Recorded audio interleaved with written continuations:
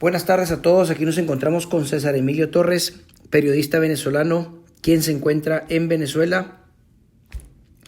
Y queríamos abordar con usted, César Emilio, muchísimas gracias por atender la llamada de la hora, para entender y tener una dimensión mucho más precisa de lo que está pasando en su país a 2 días de haberse celebrado unas elecciones que son cuestionadas prácticamente por muchísimos países del mundo y en el que la ciudadanía venezolana ha alzado la voz.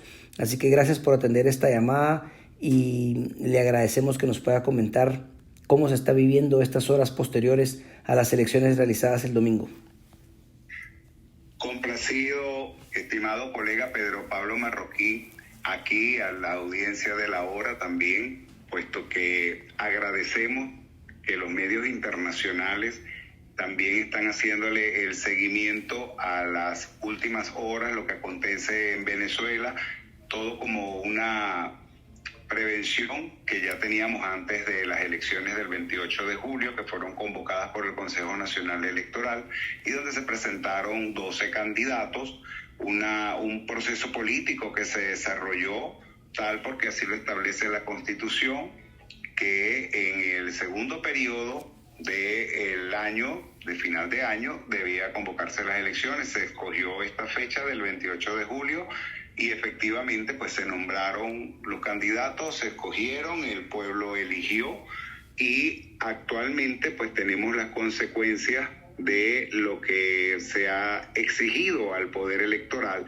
y es que publique las actas. Me explico para colocar un poco en contexto cómo es el sistema electoral venezolano. Nosotros tenemos un sistema automatizado, no es un voto manual, por lo tanto hay una secuencia de actas y esa secuencia de actas son totalizadas a partir de un número de auditorías considerable que dan credibilidad en el sistema. ¿Qué sucede? En este momento se está exigiendo al CNE que publique las actas que ellos tienen porque hay una data que es la que se transmite a partir de que se cierran las mesas. Hay un acta cero que es la que se hace al principio del proceso del día electoral, y luego el acta 1, que es cuando se cierra el proceso electoral. El acta 0 que certifica que no hay votos emitidos antes de que se abra el proceso. Ahí hay testigos por los diferentes candidatos y hay los miembros de mesa que son escogidos de modo aleatorio desde la página, desde el registro electoral. Ese es un acto interno que hace el Poder Electoral y que notifica 2 o 3 meses antes de quienes han sido escogidos para ser miembros de mesa, que tienen la responsabilidad ante el Poder Electoral de que el proceso sea transparente. Los testigos de los candidatos, obviamente porque ellos son los que al momento del conteo recogen los votos y ven que el proceso ha sido transparente. Luego hay una auditoría ciudadana, que es cuando los ciudadanos, posterior a lo que es el conteo, tienen la posibilidad del chequeo urna-acta. Tantos votos hay en la urna, tantos números deben aparecer reflejados en el acta. Entonces, ¿qué es lo que sucede en este caso? Que esos datos no han sido subidos a la página web ni han sido información pública, cuando en anteriores eventos electorales de los últimos 25 años desde que el sistema es automatizado, estamos hablando desde 1998, automáticamente se publicaban los resultados y en este momento no se han publicado los resultados. Es decir, que lo que sucedió el 28 a las 11:55 de la noche, que fue cuando el Consejo Nacional Electoral, donde el rector presidente notificó el triunfo del candidato Nicolás Maduro, no publicaron esas actas. Por consiguiente, hay una inconsistencia en cuanto al número que habla de 5 millones y algo frente a 2 millones y algo del más cercano contendor, que en este caso sería el candidato González Urrutia. Obviamente, esas actas, las copias de esas actas, las tienen los testigos y esas copias de actas también las tienen los miembros de mesa. Entonces, no hay una inconsistencia porque en paralelo el comando del candidato González Urrutia ha hecho la totalización con sus copias y alcanza con el 80% de las actas para esta hora, cuando es 30 de julio, son aproximadamente aquí en Venezuela las 8:15, 8:15 de la noche. Hay 80% ya totalizado y el margen es diferente. A favor de Gonzalo Urrutia, 7.100.000 y el candidato Nicolás Maduro, 3.200.000. Entonces, ¿qué pasa? Que las mismas actas que tienen los testigos, las mismas actas que tienen los del comando del candidato Gonzalo Urrutia, son las mismas actas que deben estar en el CNE y que deben tener el comando de Nicolás Maduro. Esa inconsistencia es la que tiene ardida las calles. Una vez que el CNE proclama ganador a Nicolás Maduro, al proclamarlo ya automáticamente habla de 6 años más, y allí fue donde empezó a enardecerse la calle. César Emilio, y una pregunta, el sistema es muy similar a lo que pasa en Guatemala y digamos que pasamos un poco por ese proceso en las elecciones pasadas, pero hago una pregunta, ¿el CNE se anticipa a declarar a Maduro ganador porque sabían que los fiscales de los partidos, los testigos, como los denominan ustedes, y todas las personas que fueron, como les denominamos en Guatemala, las juntas receptoras de votos, tenían copia de esas actas? ¿Es precisa esa interpretación? Correcto. Yo lo que no sé es si era evitando qué, porque automáticamente ya esa información se poseía. Los testigos electorales tenían las actas, ya las habían transmitido. Al transmitir los resultados en una proporción de que por cada mesa de 400 votos que sacaba Gonzalo Urrutia, Maduro sacaba 100, pues ya ahí te da una proporción, lo que sería la muestra de cuál era la realidad electoral. Por ponerte un caso, en Coro, que ha sido prácticamente tomado como parte de la referencia porque fue donde derribaron la primera estatua del expresidente Chávez y todo esto, ¿verdad? En 12 centros de votación, esa era la proporción, lo que quiere decir que es una muestra del estado Falcón. Cuando paso al estado Falcón, me voy, que tiene 25 municipios, me voy a la geografía nacional y por supuesto que en los 23 estados la tendencia tenía que ser similar, porque es como cuando te vas a hacer un examen de sangre para medir tu hematología. No te sacan toda la sangre, al contrario, es solo un tubito de ensayo y ahí está la muestra. Entonces, ¿qué pasa aquí? Que lo que nosotros estamos viendo a través de los medios y a través de las redes tiende a confundirse, porque como no es la primera vez que Venezuela toma las calles para exigir, o el venezolano toma las calles de Venezuela para exigir el respeto, las libertades públicas, todo esto, pues han surgido una serie de videos que han transmitidos a través de las redes sociales, que muchos de ellos no son ciertos, no son de esta época, pero sí hay unas realidades actualmente. El fiscal general hablaba de la detención de más de 600 personas, pues las organizaciones que han estado en esta protesta, pues las organizaciones no gubernamentales han exigido que den los nombres y dónde están para la defensa de los derechos humanos de estos ciudadanos que fueron detenidos, como decía el fiscal Tarek William Saab, fueron detenidos en fragancia. Si fueron detenidos en fragancia, perfecto, pero díganos dónde están, para qué. Eso es lo que dicen las ONG. Para proteger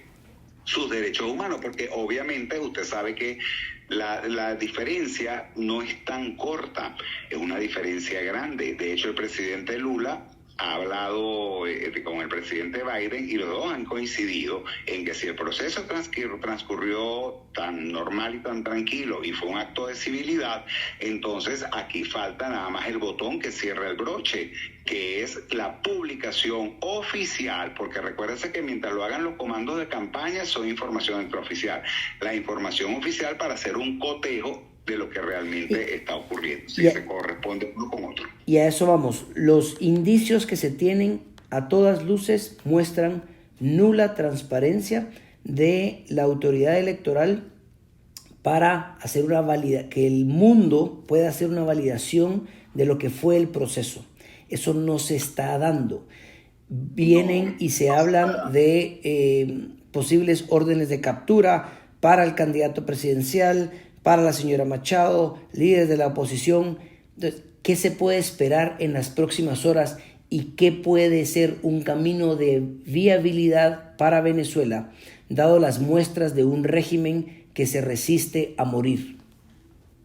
Bueno, lo que parece acá es, fíjese que al gobierno de Costa Rica darle o sugerirle o ofrecerle el asilo político tanto a María Corina Machado como a González Urrutia, da la impresión de que la información es cierta, de que sí hay una orden de captura, más cuando María Corina agradece el gesto de Costa Rica y ratifica su compromiso de defender, como bien lo había dicho desde un principio de la campaña electoral, de que ella sí dudaba de que efectivamente le entregara el presidente Maduro el poder por las buenas.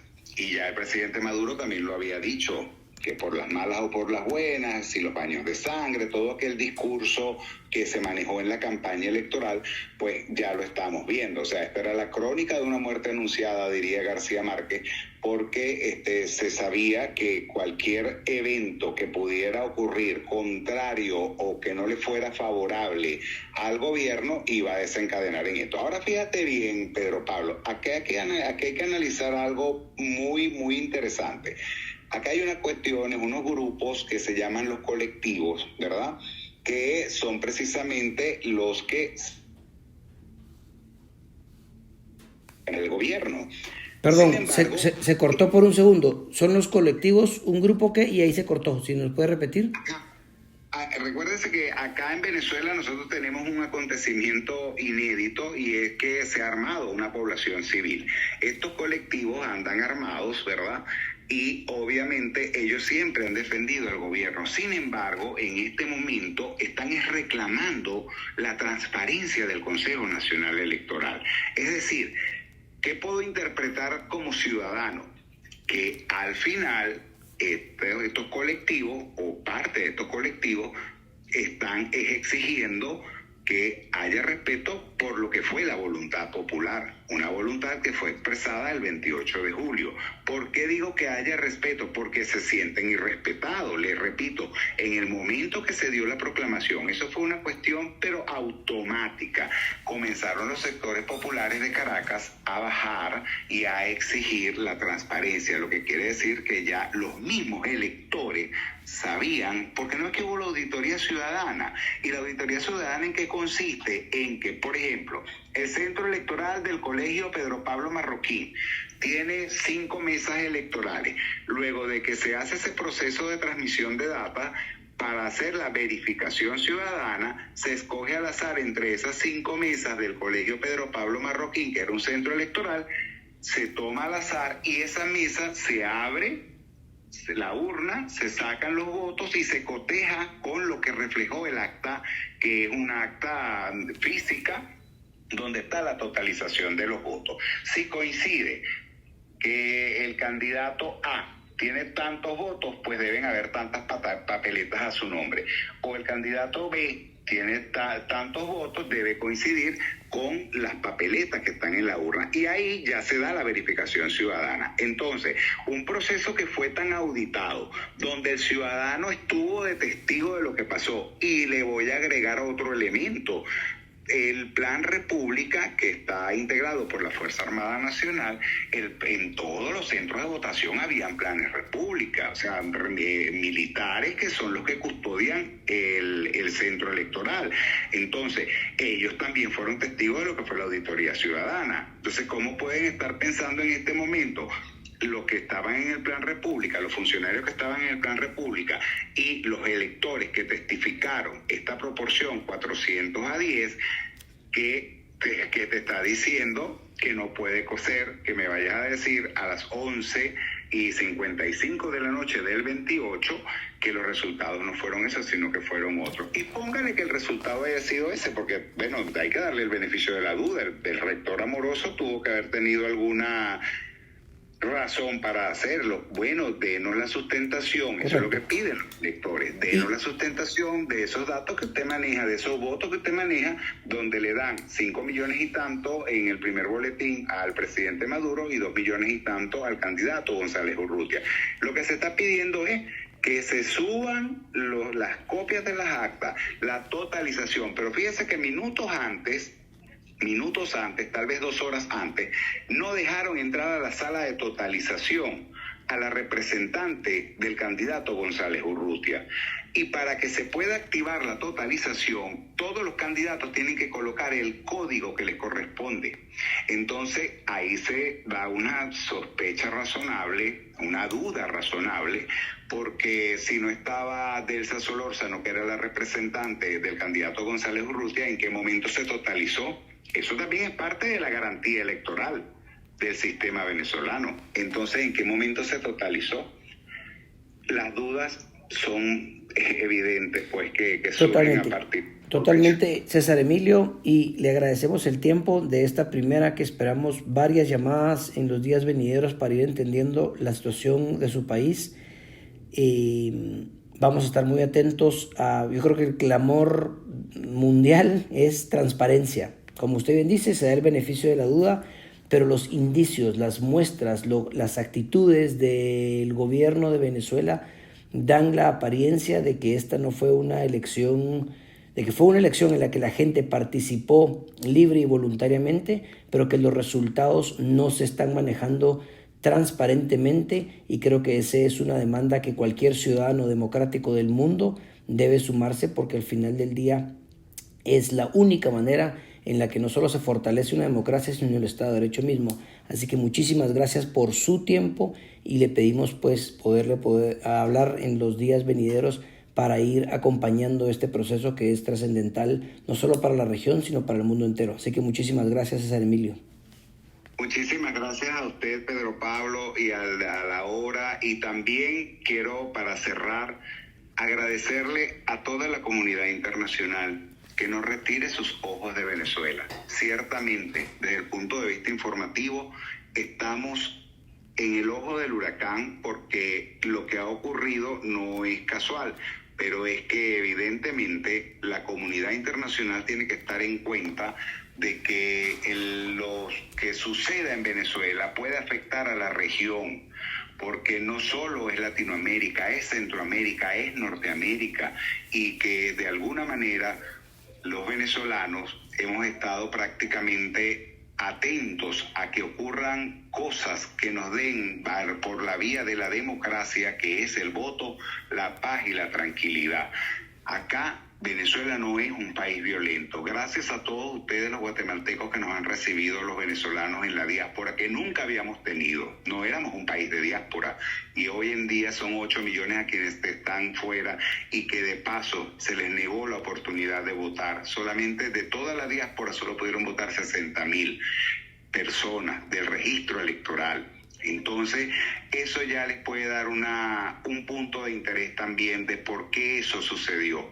Claro, seguimos atentos a los acontecimientos. Acá la iglesia ha convocado, todas las iglesias han convocado a jornadas de oración, y porque se están registrando hechos de violencia muy tristes. Les repito, la Fiscalía habló de más de 600 detenidos, sin embargo no se sabe dónde están esos 600 detenidos.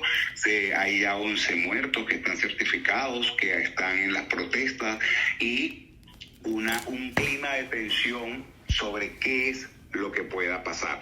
Les repito, gracias, muchísimas gracias por visibilizar la situación de Venezuela. A usted, César Emilio, muchísimas gracias, y intentamos comunicarnos mañana con usted. Muchas gracias. Encantado, a la hora que ustedes quieran. Muchísimas gracias. Buenas noches. Buenas noches.